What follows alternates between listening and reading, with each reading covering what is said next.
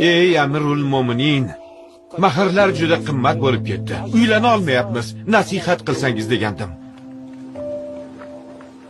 Haloyiq, ba'zilar mahrning qimmat bo'lib ketganidan shikoyat qilishyapti.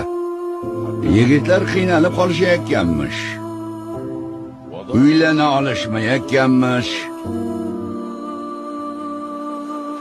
Mahr uchun 400 dirhamdan ortiq so'ramanglar. Garchi Saidlarning qizi bo'lsa ham.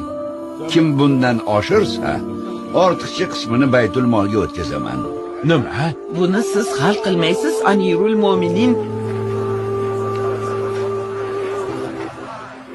Nega?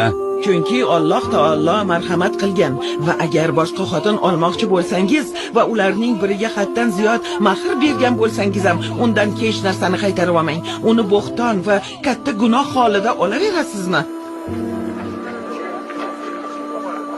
Qanday qilib o'zingiz belgilagan miqdordan ortig'ini olib qo'yib, baytul molga o'tkazmoqchisiz?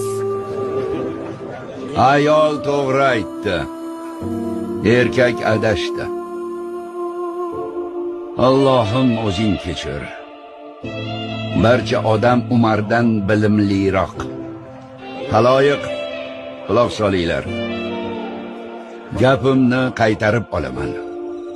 Kim ko'ngli tusagancha mahr bermoqchi bo'lsa, beraversin. Kimda kim musulmon yigitlarga yengillik yaratmoqchi bo'lsa, Alloh unga yengillik yaratsin.